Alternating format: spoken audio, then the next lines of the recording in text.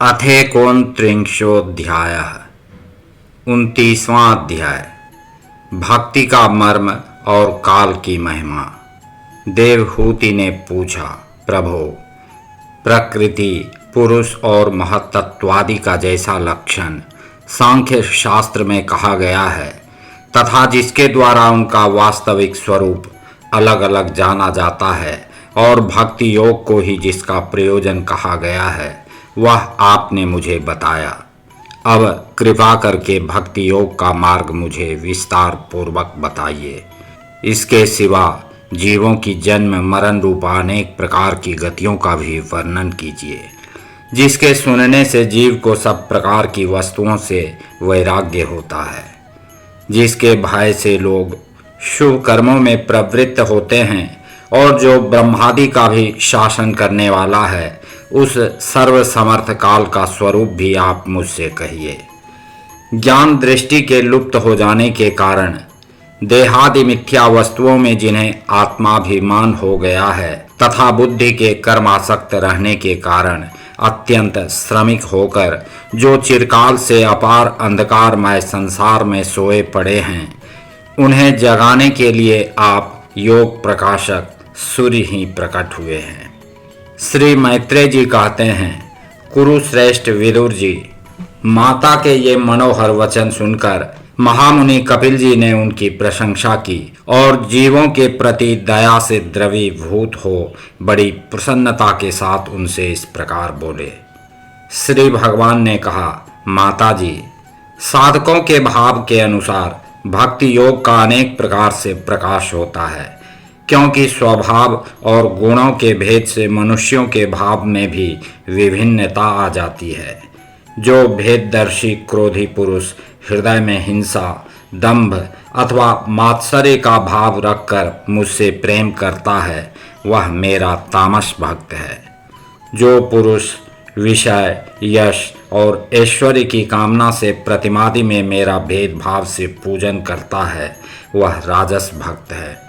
जो व्यक्ति पापों का क्षय करने के लिए, परमात्मा को अर्पण करने के लिए और पूजन करना कर्तव्य है, इस बुद्धि से मेरा भेदभाव से पूजन करता है वह सात्विक भक्त है।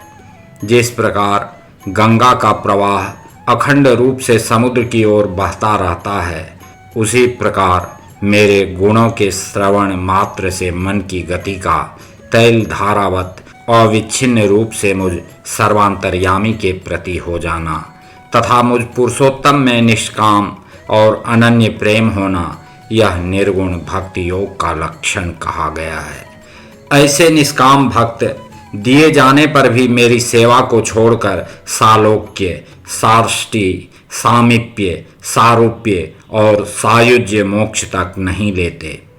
भगवत सेवा के लिए मुक्ति का तिरस्कार करने वाला यह भक्ति योग ही परम पुरुषार्थ अथवा साध्य कहा गया है। इसके द्वारा पुरुष तीनों गुणों को लांघकर मेरे भाव को, मेरे प्रेम रूप और प्राकृत स्वरूप को प्राप्त हो जाता है।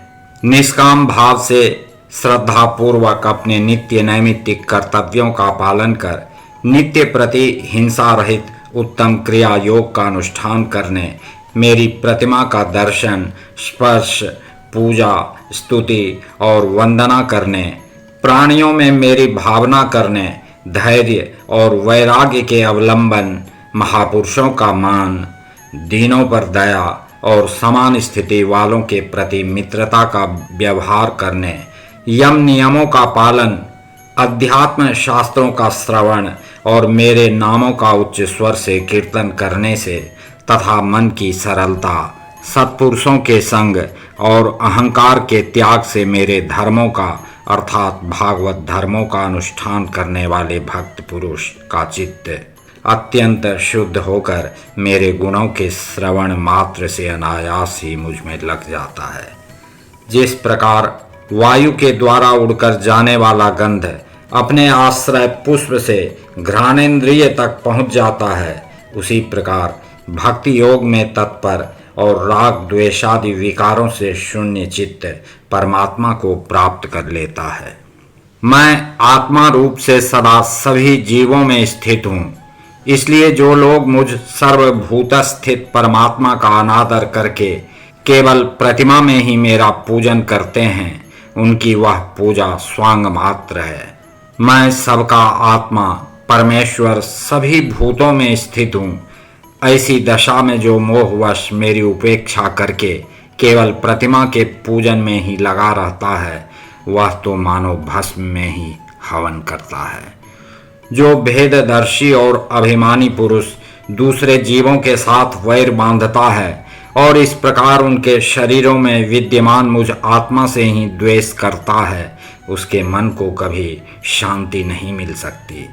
माता जी, जो दूसरे जीवों का अपमान करता है, वह बहुत सी घटिया बढ़िया सामग्रियों से अनेक प्रकार के विधि विधान के साथ मेरी मूर्ति का पूजन भी करे तो भी मैं उससे प्रसन्न नहीं हो सकता। मनुष्य अपने धर्म का अनुष्ठान करता हुआ तब तक मुझ ईश्वर की प्रतिमा आदि में पूजा करता रहे जब तक उसे अपने हृदय में एवं संपूर्ण प्राणियों में स्थित परमात्मा का अनुभव न हो जाए। जो व्यक्ति आत्मा और परमात्मा के बीच में थोड़ा सा भी अंतर करता है, उस भेददर्शी को मैं मृत्यु रूप से महान भय उपस्थित करता हूँ। अतः संपूर्ण प्राणियों के भीतर घर बनाकर उन प्राणियों के ही रूप में स्थित मुझ परमात्मा का यथा योग्य दान, मान, मित्रता के व्यवहार तथा समदृष्टि के द्वारा पूजन करना चाहिए। माता जी, पाषाणादि अचेतनों की अपेक्षा वृक्षादि जीव श्रेष्ठ हैं।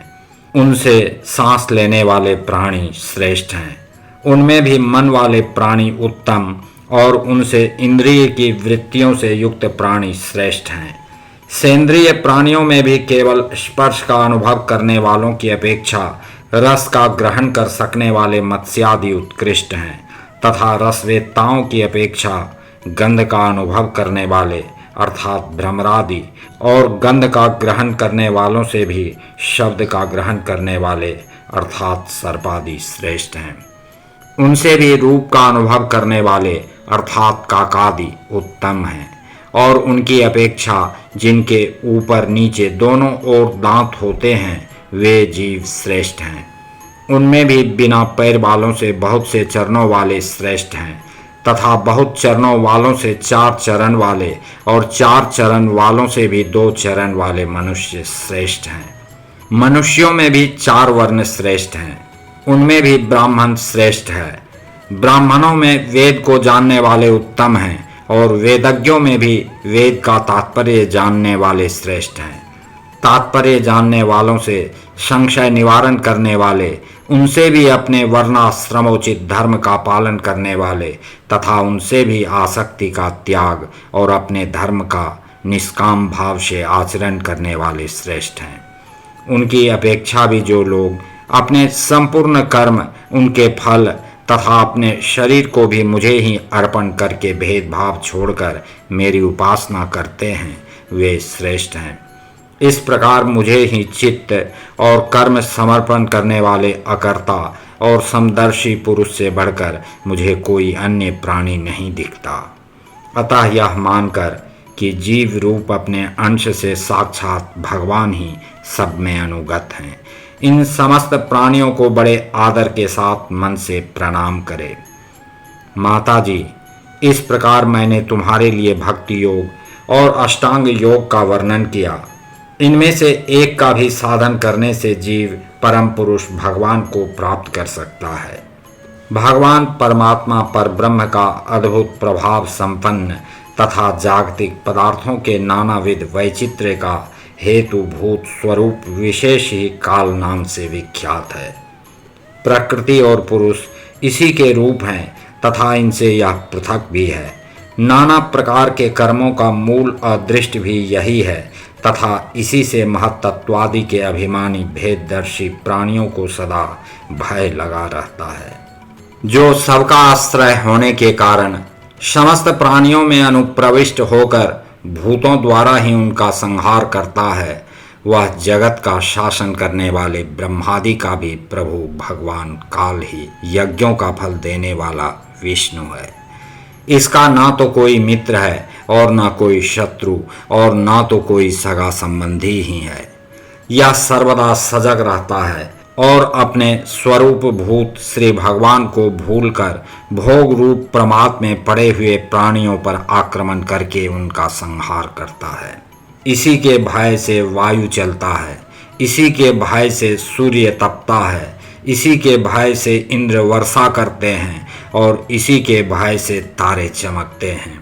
इसी से भयभीत होकर औषधियों के सहित लताएं और सारी वनस्पतियां समय समय पर फल फूल धारण करती हैं। इसी के डर से नदियां बहती हैं और समुद्र अपनी मर्यादा से बाहर नहीं जाता। इसी के भय से अग्नि प्रज्वलित होती है और पर्वतों के सहित पृथ्वी जल में नहीं डूबती।